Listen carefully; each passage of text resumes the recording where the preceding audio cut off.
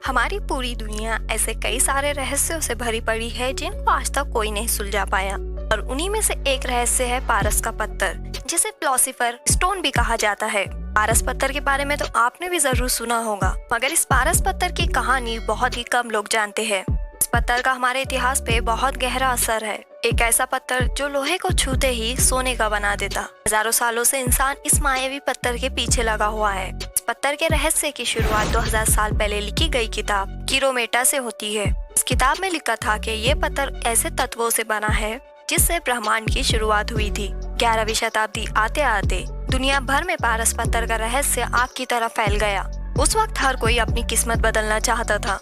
किसी को अपनी उम्र बढ़ानी थी तो किसी को रातों रात माला माल होना था। उस दौर में इस पत्थर की खोज जोरों शोर पर थी। लोग अपने अपने घरों में अलग अलग धातुओं को पिघलाते। ऐसा माना जाता था कि अगर लोहे को कांच के बर्तन में पिघाला जाए तो वो अपना रंग बदल देगा और फिर सोने में तब्दील हो जाएगा। लेकिन उन सब लोगों की ये कोशिशें बेकार गई। 14वीं शताब्दी आते आते इस बात की चर्चा शुरू हो गई कि एक आदमी ने इस पारस पत्थर का रहस्य सुलझा लिया है। इस आदमी का नाम था निकोलस फ्लेमेल। के पेरिस के रहने वाले थे और ये किताबें बेचने का काम करते थे।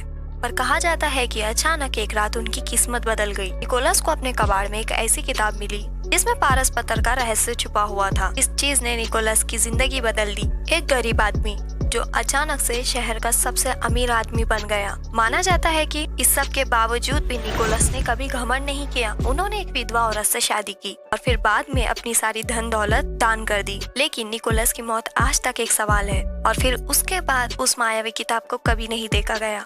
Famous writer J.K. रोलिंग ने अपनी फेमस बुक हैरी पॉटर में निकोलस का जिक्र किया है। इस किताब में निकोलस की उम्र को 600 साल बताया गया है। और फिर आया 16वीं शताब्दी का दौर। 16वीं शताब्दी के दौर तक आते आते किसी ने भी पारस पत्थर के रहस्य को सुलझाने की कोशिश नहीं की, क्योंकि सबने ये मान लिया कि निकोलस के साथ साथ उस पारस पत्थर का रहस्य भी दफन हो गया। और फिर एडवर्ड कैली सामने आए, जिन्होंने दावा किया कि न सिर्फ उनके पास वो किताब है बल्कि उन्होंने एक ऐसा लाल पाउडर बनाया है जो कि पारस पत्थर की तरह काम करता है। उन्होंने बताया उनके पास एक लाल रंग का पाउडर है जो कि मर्क्यूरी को सोने में बदल सकता है। मर्क्यूरी जिसे हिंदी में पारा कहते हैं, और इसी वजह से पारस पत्थर का नाम फेमस हुआ। उनके इस दावे ने उन्हें इतना फेमस कर दिया कि हंगरी के राजा रडोल्फ सेकंड ने उन्हें अपने यहाँ काम पर रख लिया। रडोल्फ अपने खर्चों की वजह से खुद बहुत मुसीबत में थे। उन्हें महंगी चीजें खरीदने का शौक था। उनके खर्चे इतने ज्यादा थे कि उस वक्त पारस पत्थर की जरूरत सबसे ज्यादा उन्हें ही थी। और उस वक्त एडवर्ड कैली अपने जादुई पाउडर से जादू दिखा रहे थे। रडोल्फ सेकंड इतने लालची थे कि उन्होंने अपनी सारी धन दौलत उस पारस पत्थर को ढूंढने में लगा दी। इससे एडवर्ड कैली तो माला माल हो गए, वहीं रडोल्फ सेकंड को कुछ नहीं मिला और फिर उनके भाई ने उन्हें गद्दी से हटाकर कैद कर दिया। और फिर कुछ महीनों बाद ही रडोल्फ सेकंड की जेल में ही मौत हो गई। और फिर आगे चलकर अगले 50 सालों में पारस पत्थर के मामले में बहुत इम्पोर्टेंट चेंज आया। इतिहास के सबसे इम्पोर्टेंट 2 लोग सर रॉबर्ट बॉयल और आइजैक न्यूटन पारस पत्थर की खोज में लग गए। अब उस समय लोगों को इतना तो पता था कि पारस पत्थर बनाने के लिए मर्क्यूरी का इस्तेमाल होता है, और वहीं सर रॉबर्ट ने पता लगाया कि लाइट को भी सोने में बदला जा सकता है। रॉबर्ट बॉयल को फादर ऑफ केमिस्ट्री भी कहा जाता है।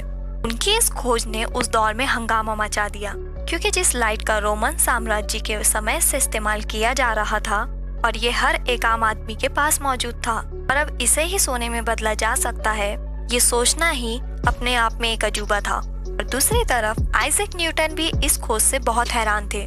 उस समय तक न्यूटन ने अपने लॉ ऑफ ग्रेविटी को पब्लिक नहीं किया था। न्यूटन कैम्ब्रिज यूनिवर्सिटी में पढ़ाई करते थे। न्यूटन रात में अपने कमरे में छुपकर लाइट पर एक्सपेरिमेंट करते थे और देखते थे कि वो सोने में बदला है या नहीं। लेकिन अफसोस न्यूटन कभी भी अपने इस एक्सपेरिमेंट में कामयाब नहीं हो पाए। और वहीं रॉबर्ट का ये दावा कि उन्होंने लाइट से सोना बनाने में कामयाबी पाई है, इसका कोई सबूत नहीं था, क्योंकि उन्होंने ये एक्सपेरिमेंट कभी किसी के सामने किया ही नहीं था।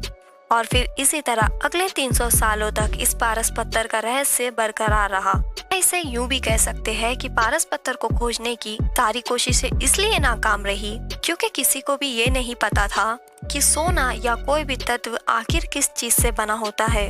साल 1920 के दौरान अर्नेस्ट रदरफोर्ड ने पता लगाया कि दुनिया की हर एक चीज जो हम देख सकते हैं परमाणु से बनी होती है। रदरफोर्ड ने अपने एक एक्सपेरिमेंट में देखा कि आखिर कैसे एक तत्व दूसरे तत्व में बदलता है, और इसे उन्होंने प्रोटॉन का नाम दिया, जो कि परमाणु के बीचों बीच होता है। अनजाने में ही सही, लेकिन रदरफोर्ड ने एक ऐसा तरीका खोज निकाला था जिससे हम किसी भी तत्व को बदल सकते हैं। इस तरीके को बाद में न्यूक्लियर फ्यूजन के नाम से जाना गया। रदरफोर्ड ने बताया कि अगर किसी भी तत्व पर अल्फा पार्टिकल छोड़े जाए तो उसके प्रोटॉन मल्टीप्लाई हो जाएंगे और एक नया तत्व बन जाएगा। फिर साल 1980 में बार्कली नेशनल लेबोरेटरी के वैज्ञानिकों ने आखिरकार पारस पत्थर का रहस्य सुलझा ही लिया। उन्होंने पहली बार इतिहास में किसी तत्व को सोने में बदला। ये एक तरह से वही प्रोसेस था जो कि रदरफोर्ड ने बताया था। इतना ही नहीं, इन लोगों ने लीड मर्क्यूरी के साथ बिस्मुथ जैसे तत्व को सोने में बदल कर दिखाया। अगर उनके पूरे प्रोसेस को समझा जाए तो इसमें पार्टिकल एक्सीलेटर की मदद ली गई, जो कि अल्फा पार्टिकल्स को लाइट की स्पीड से एक गोलाकार ट्यूब में छोड़ती। जब ये अल्फा पार्टिकल्स बिस्मुथ के परमाणु से टकराए तो इतनी एनर्जी पैदा हुई कि बिस्मुथ के प्रोटॉन्स अलग हो गए और गोल्ड में बदल गए।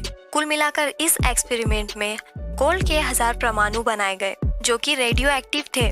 गोल्ड की मात्रा इतनी कम थी कि इसका कोई प्रैक्टिकल यूज नहीं था और ऊपर से इतने सोने को बनाने में $5000 का खर्च आया था, जो कि सिर्फ पार्टिकल एक्सीलेटर को 1 घंटा चलाने का बिजली का बिल था। अगर इस तरीके से गोल्ड बनाया जाता तो सिर्फ 28 ग्राम गोल्ड बनाने में 1 क्वाड्रिलियन का खर्च आता। बेसिक थ्योरी के हिसाब से मर्क्यूरी और बिस्मुथ पीरियोडिक टेबल में गोल्ड के बाद आते हैं। गोल्ड बनाने के लिए सिर्फ इतना करना था कि मर्क्यूरी से 1 प्रोटॉन और लेड से 4 प्रोटॉन निकाल दिए जाए। पारस पत्थर की खोज में बहुत से लोगों ने अपनी भूमिका निभाई, लेकिन बहुत से लोगों ने इसका गलत फायदा भी उठाया। अगर निकोलस फ्लेमिल की बात करें तो वो कभी अमर नहीं थे। उनकी मौत 80 साल की उम्र में हुई थी और साल था 1418। और अगर उनकी धन दौलत की बात करें कि वो उन्होंने पारस पत्थर से कमाई थी, तो यह भी एक तरह का झूठ होगा।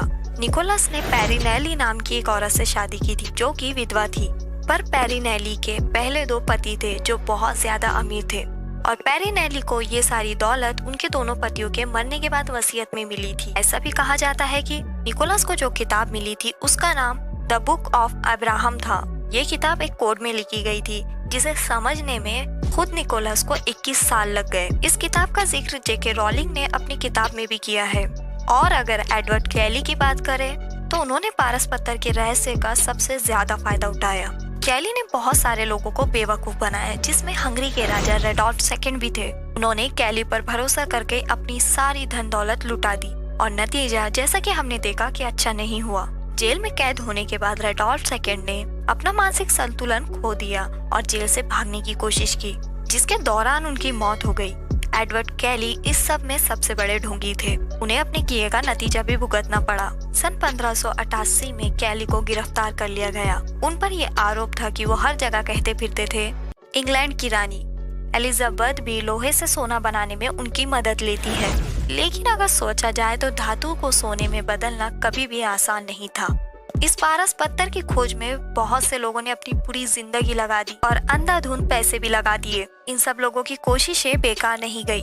ये वही लोग थे जिन्होंने आज के दौर के मॉडर्न साइंस की बुनियाद रखी, वरना इन सब के बिना आज भी हम उसी अंधविश्वास की दुनिया में जी रहे होते।